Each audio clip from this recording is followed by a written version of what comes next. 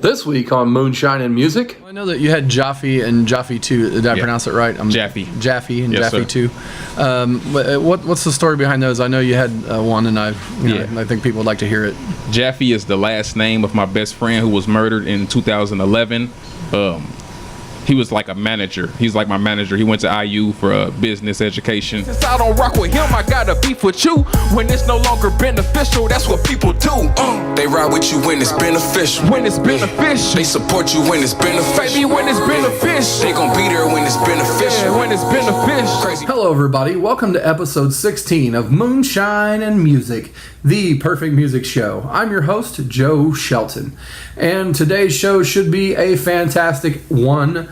We have our first hip-hop artist coming to the program today.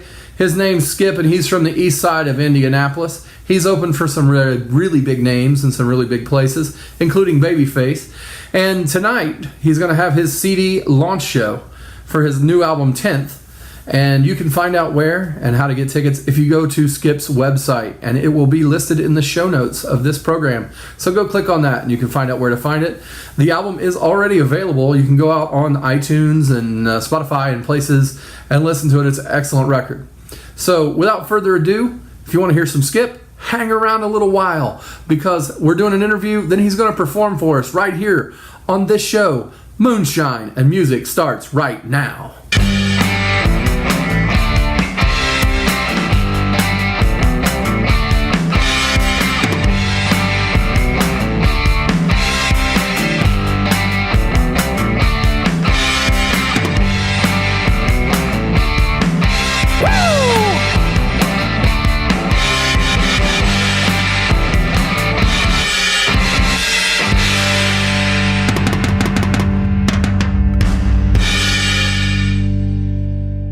So, welcome to Moonshine and Music, Mr. Skypp. We got Skypp here with us today. I appreciate you guys having me. How you doing? I'm good. You get the distinction of being the first hip-hop artist on Moonshine and Music. Dope. The very first? First hip-hop artist, yeah. We had country and rock and, folky and, yeah. So That's dope. I didn't know that. I thought it was plenty before me. No. You're the first one. This is episode 16 of the show. Nice. So you'll be... the first hip-hop. Hey. Yeah. So How you gonna doing, be first world? at something. Hey, that's nice. I didn't know that. It's a fun fact. So tell us a little bit about yourself, where you grew up and everything. Well, I go by the name of Skypp, and that's spelled Skypp. Born and raised in Indianapolis, Indiana, on the near east side of town. Oh, yeah? Sir. What schools did you go to? Well, I went to a whole lot of schools, but I went to Brookside Elementary for majority of elementary. Middle school, it was split between Longfellow Middle School and Creston Middle School, and high school was all Warren Central. So you're a warrior. Yes, I am, and we just won the state championship, boys and girls, for the first time in history. That's dope. I know I saw that you, with Warren Central, there was some kind of special thing you were doing around that. Yeah, I did a couple things for Warren, but most importantly, it was the theme song I made for the boys basketball team, the state championship song, and they played it at the state championship game, and it was just like a real big moment for us Warriors because we're not used to winning in basketball, and for that to happen and them have a theme song that was tailored for them, it was a really big thing, and it was it's pretty dope. I got to perform it at the pep rally, and I performed it at the where they presented the trophy to the team. I performed it there also. Oh, well, that's really cool. So Definitely a dope experience. I mean, I know what basketball means to everybody around Indiana, Right. And so it's really nice to have your school go back and win a state championship, and Yeah, our to be first involved one. like that is really neat. It was. I don't really look at me as being a big part of that. I'm more in awe of the fact that the boys and girls won. Like the first time we ever won a state championship, the boys and girls both won. So that was just what really was jaw dropping. The song just put a little umph on it. That's all the song did. The song was the smallest thing that happened. So when you were growing up, what made you decide to start doing music? Well, I was playing basketball, of course, and I had real bad asthma, and I was in tryouts, and I had an asthma attack in tryouts, and I tried to show a little heart by just getting up after everything was over and tried to keep going, but it didn't end well, and that ended my whole basketball dream thing. So I started doing poetry actually, and my my literature class, or was it called language class. I was doing a lot of poetry, and my teacher was like, "You're really good with words," and I just, made that into lyrics. And then I started getting real good feedback from my classmates and from my big brother was telling me he liked my music. And I'm like, I think I'm gonna run with this.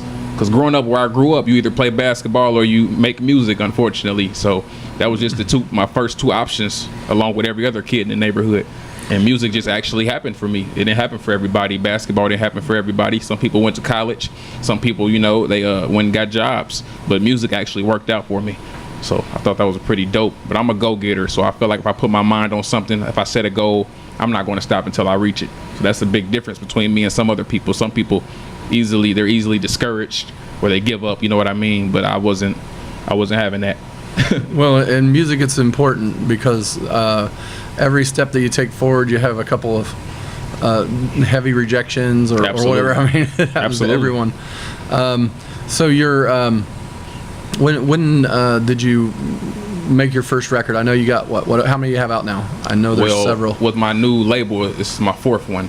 Before that, I think I did 8 or 9 projects. A few of them were collaboration projects, but the rest of them were all solo. So this is about 12th or 13th project. And that's MeCap? MeCap is the fourth one. Yeah, MeCap is the label. This is my 4th album on the MeCap label.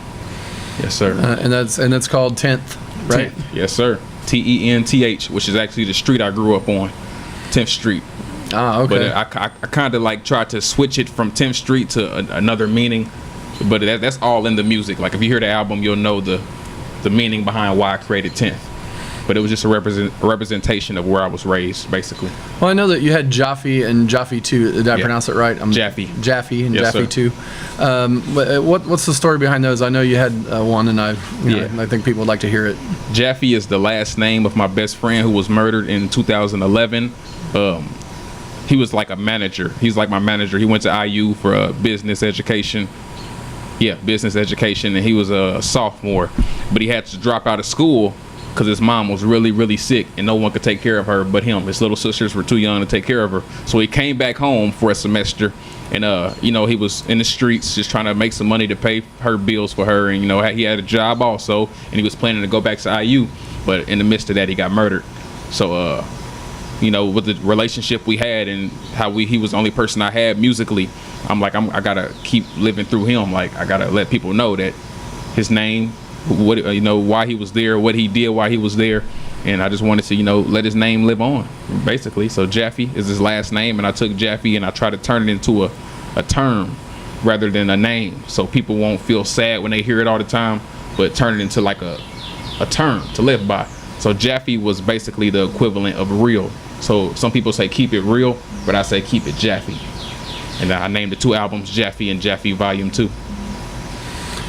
I personally I came along to your music on Jaffe 2 and Jaffe 2, and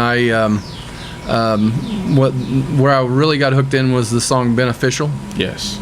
I mean I don't know, like folks should go listen to that tune because I think it is so relevant to every job, not just like music or absolutely or TV or it's like every job that you do, that song I feel like it can touch you. It's definitely a real life song. Anyone should be able to relate to that some kind of way.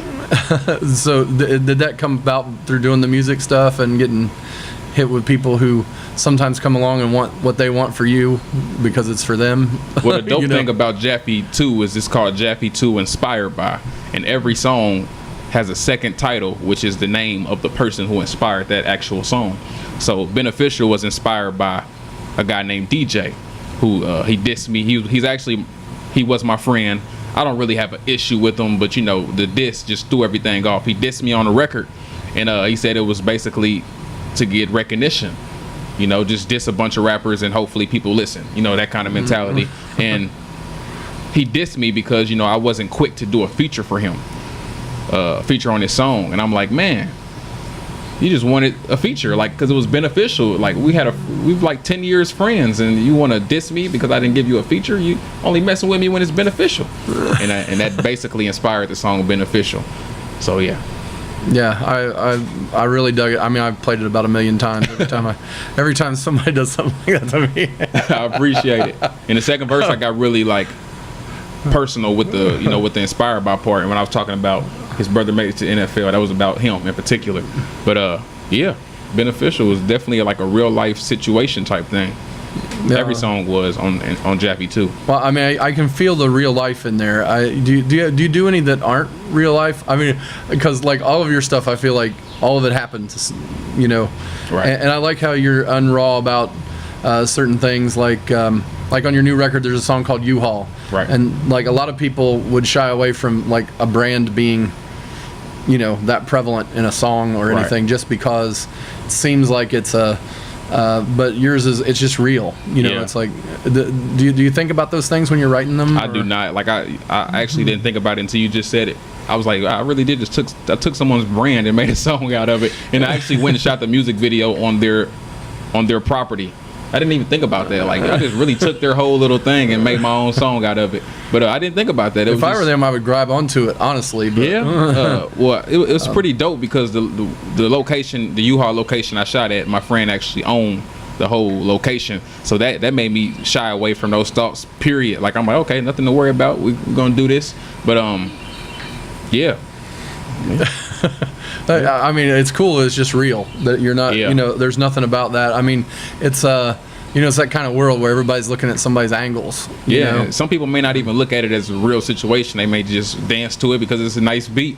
But everything, I feel like any kind of song can be based off of a real life experience. So even a song like U-Haul, I really drove around in the U-Haul for like a month. So I felt like I wanted to make a song out of it. Yeah, I got that. I mean, I personally, my favorite on the new record is called "I Want My Lick Back." Okay. And if you want to talk a little bit about that, I'd love to hear where it all came from. "I Want My Lick Back" is a song that I did not enjoy. I actually recorded the first demo of that song for Jaffe 1, and I didn't use it. Jaffe 2 came around, I didn't even think about it. And then this album came around, and I'm like, maybe I should re-record that song because my buddy likes it a lot. And I'm like, okay, let's re-record it. I messed with the arrangement of the music a lot. I changed the verses. The verses were totally different verses. That's one thing I didn't like about the first version, the verses. So I redid the verses, and I'm like, okay, it's all right, but it still didn't make 10th. And I had the 10 tracks. It was originally 10 tracks because it was called 10th. So my girlfriend, we're riding, listening to the original version of 10th, and she's like, oh no, you got to put "I Want My Lick Back" on the album. And I'm like, no, there's no way that's happening. I hate that song. And she's like, well, I like it, and Quick likes it, and such likes it. And I'm like, you're right, I'm gonna put it on there. And I surprisingly put it track 5, which I never put songs I don't like at the top, but everybody liked it but me. And come to find out, it's like the 3rd most liked song on the album, and I'm just in awe. Like, y'all really like that song? But it's not about what I like. It's about what people relate to, and stuff like that. So that's definitely a surprise track. And to know it's your favorite song blows me away because it's my least favorite. Oh, man, it's got this. The thing about it is it's all about, I mean, for me, just it is so catchy. Yeah. Like, I mean, it's uber catchy.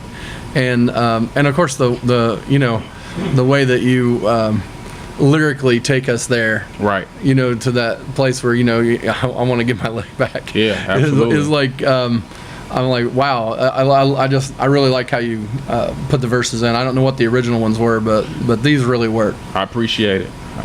And everybody that I've played it for, because like I have this weird thing where I like when I really like some song, like everybody that I know gets to hear it whether they want to or not. That's how it's supposed to be. and so somebody walks up to you on the street and they look like a redneck and they go, dude, I love that, I want your lick back. It's probably one of my family members that was forced to listen. Yeah. That's dope. I appreciate you playing it for them. That's dope. I want to talk a little bit about the song making process, mainly because a lot of the people that come on our show, you can kind of see their song making process because they're sitting here with an acoustic guitar playing that, right? That performance like that. But when you guys make electronic music, it's a whole different process. Right. And, you know, how do you put it together? What kind of stuff do you use to do that? What kind of equipment? You know, that kind of thing. Well, I have a producer named Zero the Composer. He's an actual musician. He plays the piano, the drums. He can play, you know, guitar. And he usually handles the music first. I've never tried to write without music. I may come up with a concept, but I never try to write the lyrics or the melody without the music. So I'll just go to Zero, and Zero, he'll create something for me based on that concept, or just create something, period, and I come up with something for that. But usually I always have the music first. That's usually how it goes. And I come up with the catchiest melody for that beat first and foremost, because I know that lyrics mean nothing in this day and age. So I try to come up with the catchiest melody for this specific instrumental, and I turn that melody into something with lyrics, put the lyrics into the melody, and that, you know, that, so it's basically the title comes first, the hook comes first, and I create around that. My verses are usually the easiest thing to do because I like rapping, like I love being lyrical, so words are easy, but it's the hooks that get me the most, because I'm not a hook person, but you have to be a hook person nowadays. And that's usually my biggest challenge, is coming up with something that everybody will like and sing. The verses are easy, and the arrangement is extremely easy. I think that's really my calling, being a record producer, because I'm very good at arranging songs and sending them in the right direction, and, you know, background vocals and all that. I'm good at that. I saw that you had a full producer credit on the new record.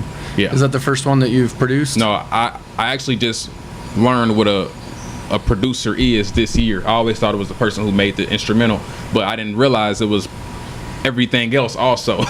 like even executive producer, I didn't know what that was. I thought it was the person who, I don't know what I thought it was. I never put it on my album or anything, but I didn't realize I was producing until I was sitting with Shadowcat, and I'm like, yeah, put that there, take that out, put that there, yeah, make that repeat, put an echo on that. And he's like, you produced this record more than anybody. And I'm like, what?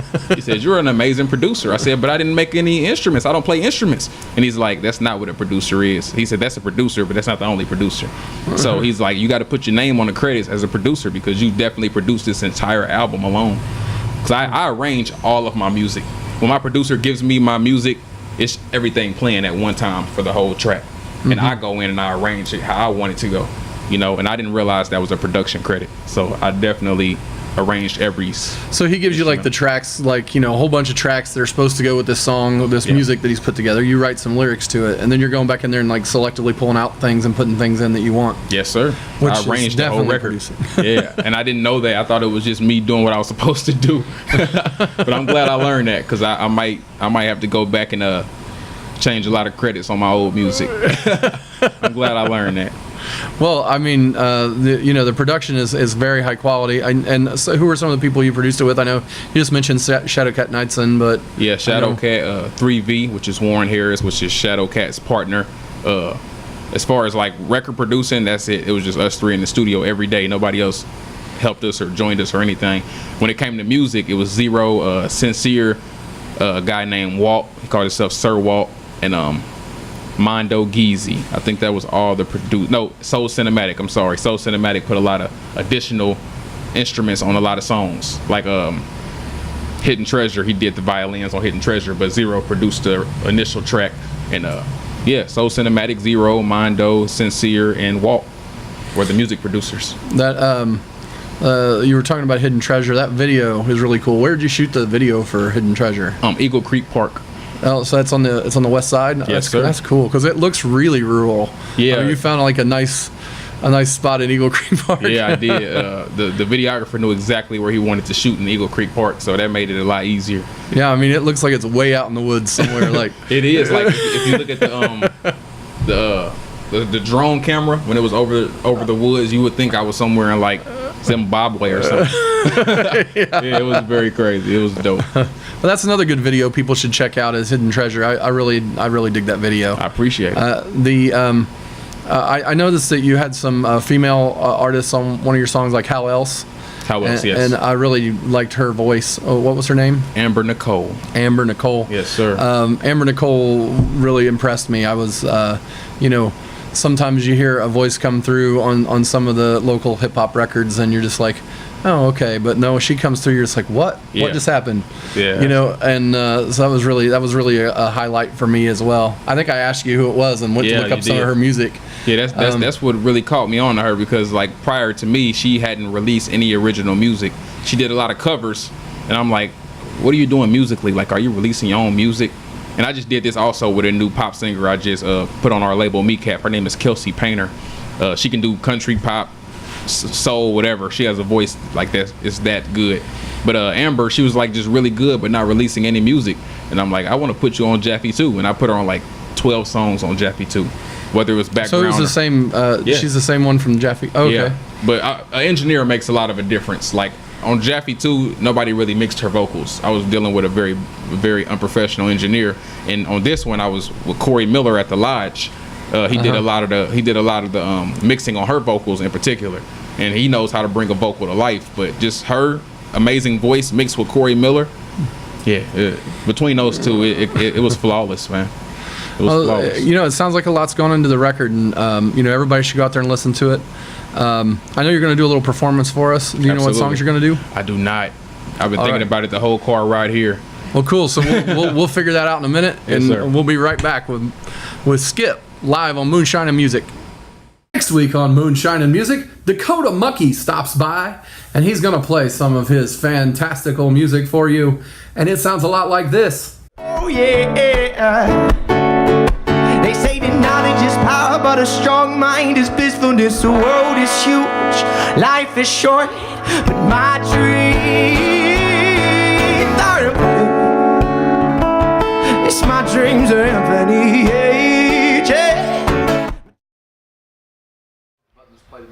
Let's do it.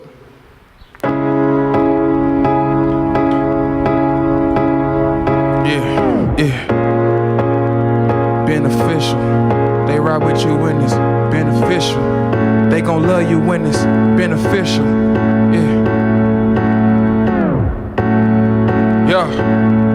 Yeah.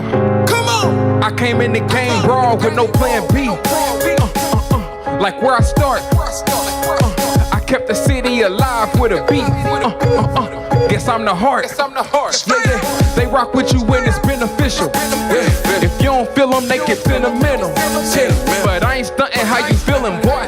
No, sir. For all I know, it's always been an issue with you. Now, baby say she wants some red. Baby say she wants some red bottoms.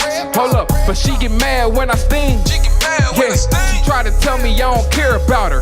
What? I only care about the cream. I'm thinking like it's $900 for some Louboutins. So I don't get why you get mad when I go out and grind. I got a long text, she say we ain't spending time. But baby, you ain't spend no money, I've been spending mine.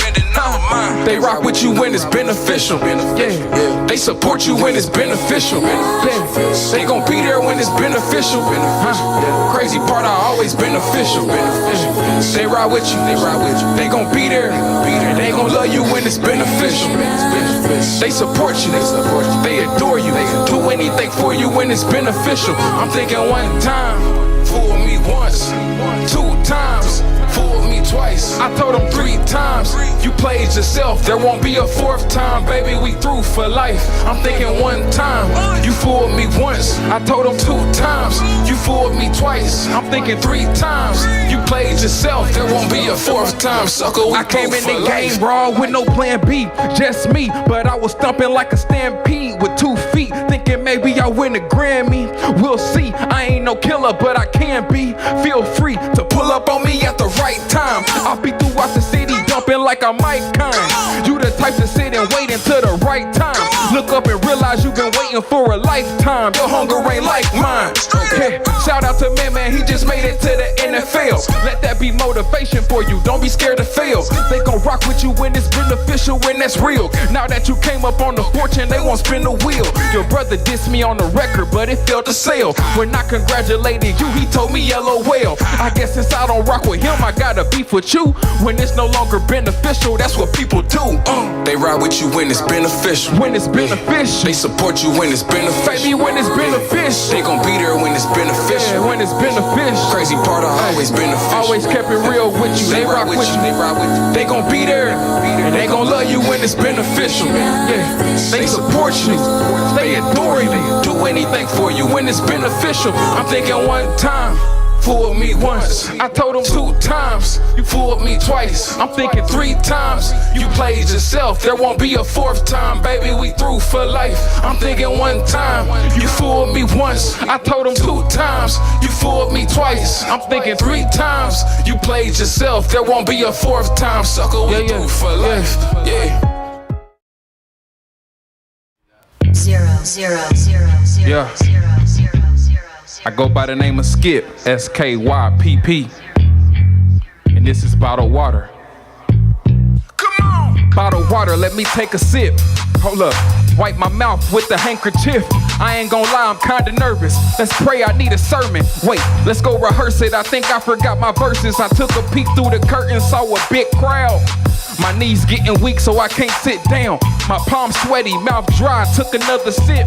Yeah, I go on in 5 minutes and all I got is adrenaline, head spinning. I'm yelling and screaming, barely delivering, fell in the reelement. They rocking, but they ain't feeling it. When the hook come in, I'ma try to maintain composure and rap it like I'm supposed to. Step a little bit closer to the front. Y'all can see the fact I'm rapping with emotion. I tell them make some noise, that lets me know if they focus. The first track over, it's about to get a lot harder. So DJ, before you start it, let me hit this bottle of water, yeah. Cause that's the only thing that get my mind right. When I'm all alone in the limelight, it's a lot harder than it seems when you on that stage with a bottle of water and a dream. Cause everybody thinks they're a rapper, but what sets you apart? Listen, we never question your heart, but you gotta have more than that. I've opened up for megastars, sold out arenas. I got the ticket like I'm getting clothes out the cleaners. No better feeling, you finish a performance. They treat you like a star cause your presence was enormous. They can't tell if I'm independent or mainstream. It's called experience, that's something that you can't teach. I spent a lot of years watching, so it wasn't new to me. Picking up every tip they gave me like gratuity. I don't need a crew with me on the stage, all in the way. You tell them no and I bet most of them won't even stay. That's how you know they don't support you. They just want to say that they was up there with you when you shut it down the other day. Listen, groupies come in every form. It's not only women, but I'm numb to it. Not only am I winning, but they saying I did better than the headliner. All I needed was my music, a mic, and a bottle of water. I'll tell you why. That's the only thing that get my mind right. Get my mind right. When I'm all alone in the limelight. It's a lot harder than it seems when you on that stage with a bottle of water and a dream, baby. Cause everybody thinks they're a rapper, but what sets you apart? Listen, we never question your heart, but you gotta have more. You gotta have more, gotta have way more.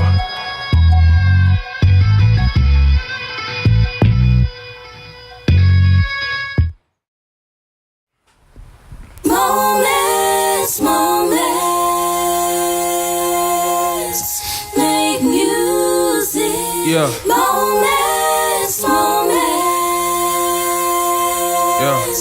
make music. I stole a ring from my mother in 7th grade to give to a girl.